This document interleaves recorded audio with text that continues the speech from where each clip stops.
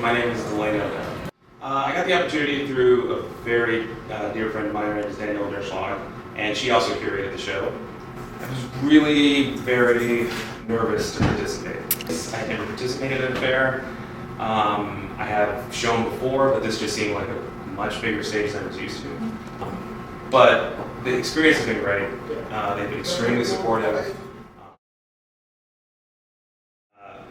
So the work is about the civil rights movement and the space race operating at the same time in the 60s. And it all started when I sort of came across two dates, which were May 4th, 1961, which was the day the Freedom Riders struck down desegregated interstate commerce, interstate travel in the South. And then the following day, Freedom 7 went up, which is the first American into space. And I just thought, wow, that's a pretty interesting coincidence.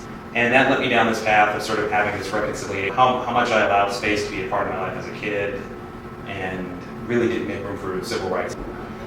All the materials in the work are really specific, they're not to be taken for granted. There's a lot of wallpapers in the work, those are sourced. They are vintage papers that all date back from the 60s.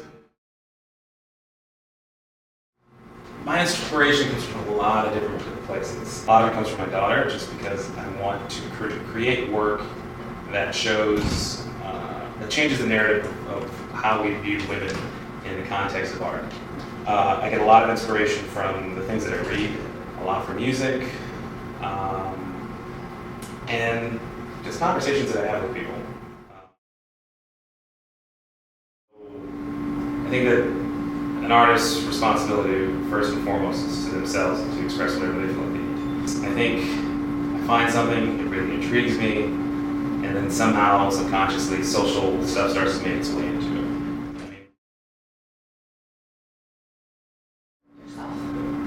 I think that in today's world, you have to, as an artist, you kind of have to have an online presence. I think more often than not, people experience the work online more than they would in person.